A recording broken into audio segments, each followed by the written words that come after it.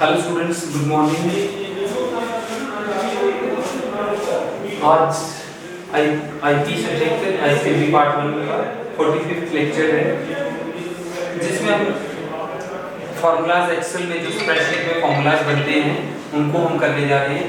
उन फार्मूलाज में आपको हमने लास्ट फार्मूले में देखा था कि आपको सैलरी कैसे बनानी होती है। जिस तरह से आप सैलरी को कैलकुलेट करते हो, सैलरी को कैलकुलेट करना और सैलरी को कैलकुलेट करने के बाद आपको सैलरी में एचआरए डीए जो है किस तरह से कैलकुलेट किया जाता है। आज वैसे ही इम्पोर्टेंट टॉपिक है, जिस तरह से हमने वो उसमें डिफरेंट टाइप की सैलरीज को एचआरए डीए वगैरह कैलकुलेट किया था। आज हम एक मार्क्स कार्ड बनाना सीखेंगे कि मार्क्स कार्ड कैसे बनती है और रेफरेंसेस भी कैसे लेते हैं, जिसमें लॉजिकल स्ट्रक्चर्स में आपको लॉजिकल डिसीजन लेना पड़ता है कि ये स्टूडेंट पास है या फेल है, व्हाटएवर। हम एक डीएमसी बनाएंगे, detail marks card. Students marks card, let us take कोई भी एक बच्चे का नाम लेते हैं जो आपका इंडेक्स में आएगा। मैं ऊपर वाला क्वेश्चन नहीं ले रहा हूँ, किसी भी बोर्ड की कहीं भी मार्क्स कार्ड है जिसमें आपके बच्चे का नाम होगा, बच्चे का नाम होगा, उसकी पेरेंटेज हो सकती है और एड्रेस वगैरह जो भी होगा। लेकिन उसके नीचे जो उसकी मार्क्स कार्ड बनेगी, जिसमें मार्क्स कार्ड में आपके पास इस तरह से रहेगा, जो एक्सेल की शीट आप बना रहे हैं, एक्सेल की शीट में आपके पास यहाँ पे सब्जेक्ट्स आएंगे। सब्जेक्ट्स क्या है?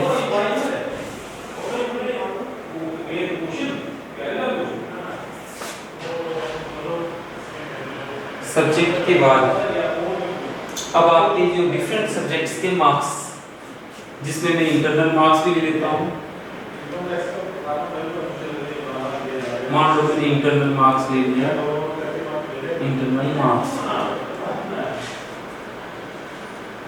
थ्योरी,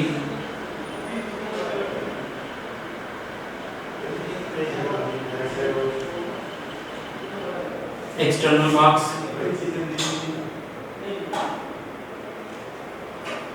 जिस भी डिजाइन में ये मार्क्स कार्ड बनी होगी आप वैसे ही क्रिएट कर सकते हैं।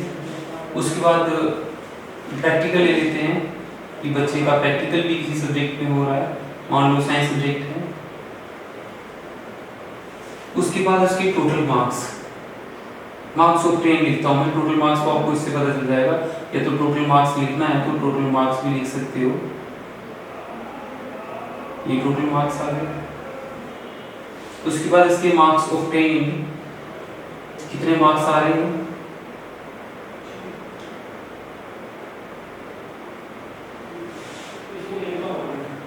मार्क्स ऑब्टेन के बाद उसकी परसेंटेज और उसका रिजल्ट, वो पास हो रहा है, फेल हो रहा है, या उसकी कोई पोजीशन आ रही है। इस तरह से एक मार्क्स कार्ड बनती है जो हम एक्सेल में बनाएंगे। हर चीज़ अपने आप ऑटोमेटिकली कैलकुलेट होगी। यहाँ पे पूरा बच्चों का नाम, डेटाबेस आएगा। जिस तरह से आप वेबसाइट खोलते हैं तो वहाँ पे आपको गैजेट्स में सारी की सारी दिखती हैं कि इस बच्चे का ये नाम है, पूरा का पूरा डेटाबेस जो उसका है रिकॉर्डेड होता है विद परसेंटेज और रिजल्ट के साथ। तो ये सारा एक्सेल में करा जा सकता है। नो डाउट कि इसके अलावा बहुत सारे एप्लीकेशन सॉफ्टवेयर हैं उनमें भी बनाया जाता है, बट स्प्रेडशीट में मोस्टली ये बड़ी आसानी तरीके से बन सकता है। सब्जेक्ट में मैं सबसे पहले जनरल इंग्लिश ले लेता हूँ। इंग्लिश, साइंस ले ली,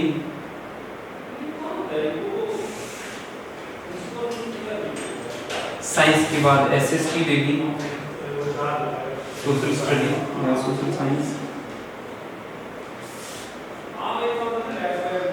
सोशल स्टडी। उसके बाद आपका हिंदी उर्दू,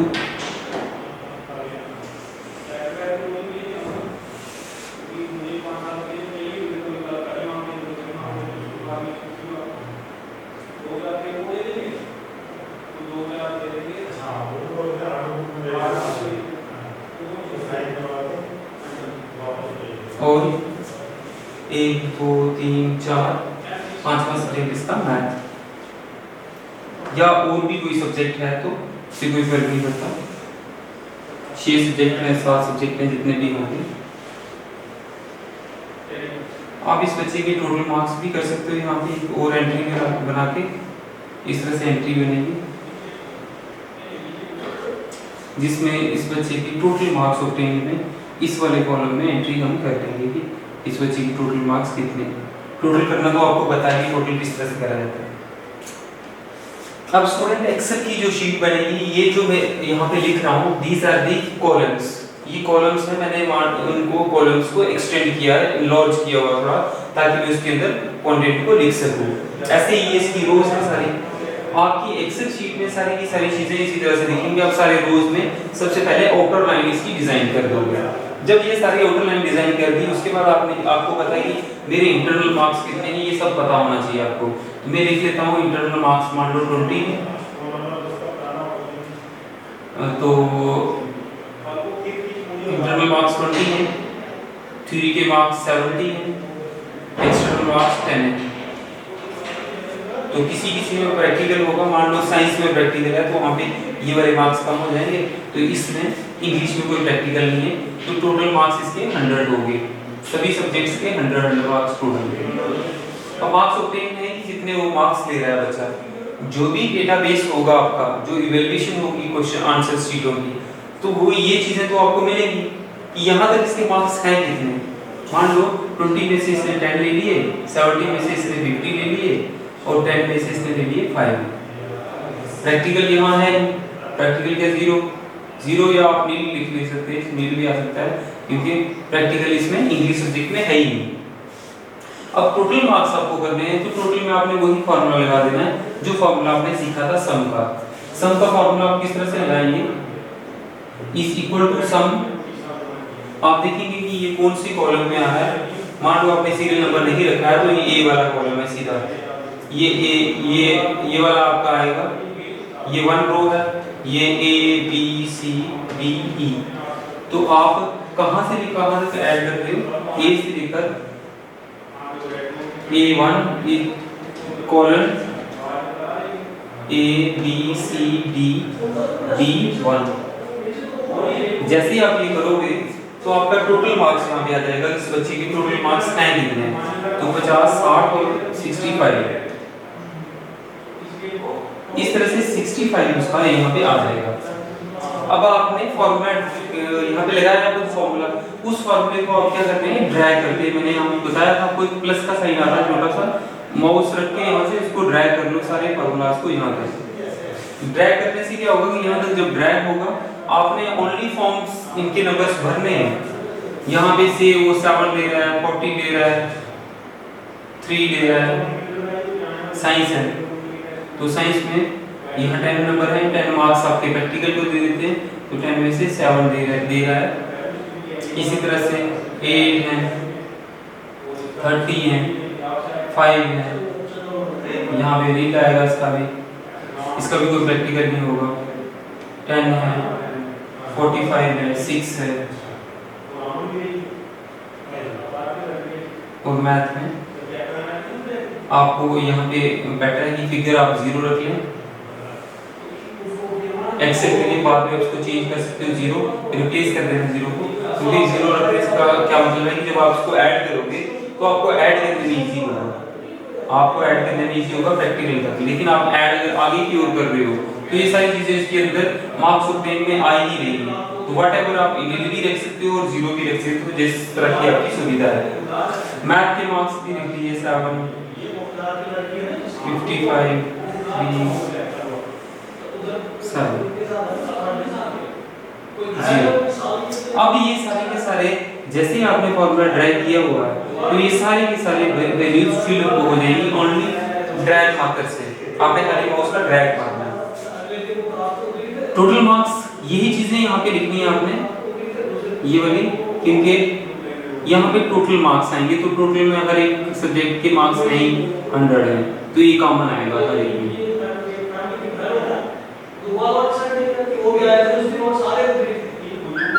ये सारे कॉमन। अब परसेंटेज निकालना भी आपने सीखा हुआ है कि परसेंटेज कैसे निकालते हैं। इक्वल टू, आपको पता है कि मार्क्स ऑब्टेन कितने हैं इस बच्चे के, इस स्टूडेंट के मार्क्स ऑब्टेन जो है यहाँ पे है, तो परसेंटेज हम निकालने जा रहे हैं। Percentage marks obtain divided by total marks. Marks obtain जो होते हैं स्टूडेंट, परसेंटेज निकालने का formula marks obtain divided by total marks multiplied by 100, ये फार्मूला मार्क्स, ये परसेंटेज निकालने का। तो आप क्या करें, परसेंटेज में इस तरह से ले लें। मार्क्स ऑब्टेन का मतलब है कि ये वाला कॉलम, ये वाला सेल कौन सा है, A B C D E F, तो आपका आएगा F1 डिवाइडेड बाय, हर बार ऐसे ही होगा, F1 डिवाइडेड बाय 100 आपका सेम है, क्योंकि टोटल मार्क्स जो है हर एक सब्जेक्ट के सेम इक्वल है, टोटल मार्क्स में कोई फर्क नहीं है। तो आप 100 ही मेंशन कर दो यहाँ पे, आप ये वाली चीज मेंशन करने की जरूरत नहीं, उसमें कॉलम लेने की जरूरत नहीं है, आप 100 क्लियरली देख सकते हो कि मैंने 100 ले लिया मल्टीप्लाइड बाय 100। तो आपको पता है कि 100 में से 65 नंबर लिए हैं, दैट इज 65, वैसे भी निकल सकता है, तो आपका यहाँ पे आ जाएगा 65%। लेकिन जरूरी नहीं है कि 100 ही हो, अगर 200 होता, 150 होता, फिर परसेंटेज निकालने में आपको थोड़ी सी दिक्कत आती, तो आप फॉर्मूला लगाएंगे तो उससे आसानी से निकाल सकते हैं। अब ये फॉर्मूला आपने बना दिया है, इस फॉर्मूले को भी ड्रैग कर दो। आपको जितने भी लोगों की 1000 की, 2000 की, 3000 की, 10000 की, लाख, जितने भी लोगों की परसेंटेज फाइंड करनी होगी, सिंपली वन टाइम फॉर्मूला लिखना है। आपके पास स्कोर सारा का सारा फीड है, डेटाबेस बना हुआ है, और सारे लोगों की परसेंटेज एकदम से निकल जाएगी। क्या ऐसा वो जगह पे हो सकता है? नहीं, पॉसिबल नहीं है। एमएस एक्सेल में या स्प्रेडशीट में ये बहुत आसानी से इजी वे में हम कर सकते हैं, और बड़े आराम से अपने सारी इसकी परसेंटेज जो है वो कैलकुलेट कर ली। मार्क्स ऑब्टेन आपके बन गए, परसेंटेज भी बना चुके हो। अब स्टूडेंट आपके पास ये वाला कॉलम भर गया है, मैं इसके अलावा भी बता सकता हूँ आपको कि रिजल्ट के बाद क्या लगता है। पोजीशंस के लिए अलग कॉलम भी होता है, लेकिन मैं यहीं पे बता देता हूँ कि पास और फेल। पास और फेल में बता देते हैं आपको कि पास और फेल किस तरह से होगा। ऑटोमेटिकली यहाँ पे आ जाए कि बच्चा पास हो गया है या फेल है, इस कॉलम में ऑटोमेटिकली आना चाहिए। तो उस समय लॉजिकल टेस्ट लगते हैं, लॉजिकल टेस्ट पास होता है। अगर आपने रीजनिंग ठीक लगाई है तो वो होगा, अदरवाइज नहीं होगा। आपको क्या करना है, इक्वल टू करके, इक्वल टू करना है आपने, इक्वल टू करके आपने कंडीशन लगा देनी है, इफ लिखना है। इफ आपने देखा कि लूप्स लगते हैं, बहुत सारे लॉजिकल डिसीजंस हैं, इफ, व्हाइल, डू, ये जिस तरह से नेस्टेड लूप, ये सब लूप्स लगते हैं। If percentage is greater than, percentage ये वाली है, ये जो परसेंटेज है वो ग्रेटर देन वो परसेंटेज का मतलब है कि ये जो कॉलम है, ये कॉलम कौन सा है, A B C D E F, मैं इसके आधार से दिखा रहा हूँ। G1 if G1 is greater than or equal to 33, मान लो मैं 33 एक सिंपल लेता हूँ कि 33%, 33% से नीचे अगर किसी के मार्क्स होंगे वो फेल होगा, तो 33% से ऊपर होंगे या 33% भी होंगे तो हम उसको पास कंसीडर करते हैं। नो डाउट ये क्राइटेरिया चेंज भी किया जा सकता है, 35 भी रख सकते हो, 40 भी रख सकते हो, 50 भी रख सकते हो। बहुत सारे मॉडर्न स्कूल्स में काफी परसेंटेज को कर दिया गया है, क्योंकि कंपटीशन का बहुत ज़्यादा कंपटीशन चल रहा है। तो आप ये देख लें कि जो भी आपको रखना है, if G1 is greater than or equal to 33, comma करके पास करो, प्रिंट करो। जो प्रिंट में करना आपने वो इन्वर्टेड कॉमास में रखना है। अगर G1 जो ग्रेटर हो या बराबर हो 33 के, तो क्या आना चाहिए, पास, पास प्रिंट होना चाहिए। हम कह रहे हैं इसको, हम लॉजिकली बता रहे हैं अगर ऐसा होगा तो ऐसा होना चाहिए। अगर ये कंडीशन पॉसिबल नहीं है, ट्रू नहीं है, फॉल्स है, तो आपका फेल होगा बच्चा। एक ही कंडीशन बता दी कि G1 is greater than or equal to 33, तो ये जो कॉलम है 33 से लेकर कहां तक जा सकता है, 100 तक ही जा सकता है, क्योंकि परसेंटेज 100 तक है, मार्क्स ही 100 है। 100 में से ही मार्क्स लिए, 99 भी होंगे तो 99% आएगा, 100 होंगे तो 100% आ गया। यहाँ कॉमा लगाना है और यहाँ पे फिर इन्वर्टेड कॉमा में लिख देना है फेल, इसका मतलब हो गया, और ब्रैकेट बंद कर देना। स्टूडेंट्स इसके अलावा भी रीजनिंग लगाई जा सकती है, एक लूप के अंदर दूसरा लूप, दूसरे के अंदर तीसरा, तीसरे के अंदर चौथा, बहुत सारी कंडीशंस लगाई जा सकती हैं जब आपको पास फेल के अलावा कुछ और लिखना हो। मान लो अगर आपकी 33 से लेकर आपकी 50 तक या 55% तक मार्क्स आ रहे हैं तो आपका डी ग्रेड होगा 50 तक, फिर आपका 55 से लेकर 65 तक होगा तो फिर बी ग्रेड होगा या सी ग्रेड होगा, फिर 65 से लेकर 75 तक होगा, 85 तक होगा तो आपका बी ग्रेड होगा, फिर 85 से अबव होगा 100 तक वो आपका ए ग्रेड आएगा। इस तरह से जो रैंकिंग होती है A1, A2, B2, C2, इस तरह से रैंकिंग आजकल जो मार्क्स कार्ड आपकी JNK बोर्ड की देख रहे हैं तो उसमें ग्रेड्स आ रहे हैं। तो ये ग्रेड सिस्टम बन रहा है सिस्टम का कि मैक्सिमम लिखा होता है कि जो E2 है, E2 मोर देन 2 सब्जेक्ट में होगा तो उसको किसी दूसरी क्लास में बैठने की इजाजत नहीं होती है, उसको परमिशन नहीं होती है कि वो बैठ सके वहां पे क्लास में। तो इस तरह से जो लॉजिक लगेगा आपका, इफ G1 इज G मैंने इसलिए लिया है स्टूडेंट्स क्योंकि आप देखेंगे वहां पे आपको कॉलम दिख रहे हैं, जिस वाले कॉलम को आप लेना चाहते हैं तो आपने क्या करना है कि उस वाले कॉलम को देख लेना है, वहां पे कॉलम के ऊपर लिखा है A B C D G जो भी लिखा है वही लो आप। मैंने परसेंटेज वाला सपोज करके मानना है कि वो G वाले कॉलम में आपका आ रहा है तो मैंने G वाले को ही फॉर्मूला लगा दिया। तो if G1 is greater than और इक्वल टू 33 कामा करके पास होगा वो बच्चा अगर इसकी 33 से ऊपर है, लेकिन 33 से ऊपर है 100 तक है तो सारी कंडीशन में वो पास ही होगा। लेकिन अगर 33 से नीचे है, चाहे वो 32 है, 31 है, 29 है, 1 है, 2 है, 3 जो भी है, 33 से नीचे बिलो होगा तो वो बच्चा फेल होगा। जैसे ही आप इसमें कंडीशन लगाएंगे ये ओके करेंगे, स्टूडेंट ऑटोमेटिकली यहाँ पे प्रिंट होता जाएगा, दिखता जाएगा पास। आपने क्या करना है सेम ऐसे ही यहाँ पे प्लस का साइन होगा, उस फॉर्मूले को ड्रैग कर देना है, सारी रो जितने भी कॉलम्स में नीचे तक ट्रेस कर देना है। तो इससे क्या होगा कि ये फॉर्मूला कॉपी होता चला जाएगा, नीचे तक कॉपी हो जाएगा। अब आपने जैसे ही डेटाबेस भरना है, फीडिंग करनी है डेटा की फीडिंग की तो आप देख रहे हैं कि स्टूडेंट के मार्क्स कितने आ रहे हैं, खुद पता चल रहा है, स्टूडेंट की परसेंटेज कितनी आ रही है ऑटोमेटिकली पता चल रहा है, स्टूडेंट पास हो रहा है या फेल हो रहा है। हमें यहाँ पे सोचने की जरूरत नहीं है, एडिशनली काम करने की नीड नहीं पड़ रही है, ये चीजें सारी की सारी ऑटोमेटिकली हो रही है। हमने वन टाइम फॉर्मूला को फीड किया होगा, तो आपको एक बार फॉर्मूला फीड करके उसको ड्रैग कर देना है, दैट इज कॉपी कर देना फॉर्मूला को पूरे के पूरे सेल्स में जहां तक आपको रिक्वायरमेंट है। तो आप जैसे ही सारे सेल्स में इसको कॉपी कर देंगे ये फॉर्मूला पूरे का पूरा ट्रेस होता रहेगा। तो इससे क्या होगा कि आपका जो वर्क है बहुत इजी हो रहा है, आप इजी वे में उसको काम को कर पा रहे हो। और एक्सेल का जो सही बेनिफिट है, आप इस मार्क्स कार्ड क्रिएशन में, डेटाबेस क्रिएशन में ऐसा डेटाबेस जो स्टूडेंट्स का बनाया जाता है, स्टूडेंट की पोजीशंस को, स्टूडेंट का पास और फेल को, इनको कैटेगराइज किया जाता है, तो स्प्रेडशीट का बहुत बड़ा रोल रहता है। नो डाउट स्प्रेडशीट का रोल बहुत सारे डिफरेंट एप्लीकेशंस में होता है, बट जब भी जो किसी भी बोर्ड के एग्जाम्स की जो परीक्षाएं होती हैं, एग्जामिनेशन होते हैं, उनका जो डेटाबेस बनता है बाद में गेजेट के रूप में आता है कि ये 10th क्लास की गेजेट आ गई, ये 11th क्लास की गेजेट आ गई, ये 12th क्लास की गेजेट आ गई। वो जो बनती है तो उसमें सारे का सारा बड़े अच्छे वे में, किसी की परसेंटेज गलत नहीं होती है, रॉन्ग नहीं होती है, जब तक हमारा डेटाबेस जो एंटर किया हुआ है वो रॉन्ग ना हो। तो आपको सिर्फ इसी चीज को चेक करने की जरूरत है, इसको चेक करने की जरूरत नहीं है। स्टूडेंट खुद ब खुद ये एक्सेल शीट में पूरा कॉपी हो जाएगा और बड़े आराम से आपको, अगर किसी बच्चे की परसेंटेज, मान लो इसकी भी परसेंटेज लिखता हूँ 20 है और ये 3 है, तो इसके मार्क्स लेस देन 25, 33 हो गए। मान लो इसकी परसेंटेज आ रही है 29 फॉर एग्जांपल, तो 29 आ रही है तो ऑटोमेटिकली इस सेल में फेल लिखा आएगा। ये लॉजिकल टेस्ट लग रहा है, इसी को लॉजिकल टेस्ट लगाते हैं कि लॉजिकल टेस्ट में कंडीशंस लगानी पड़ती है कि अगर ऐसा होगा तो ऐसा आना चाहिए, अगर ऐसा हो तो ऐसा आना चाहिए।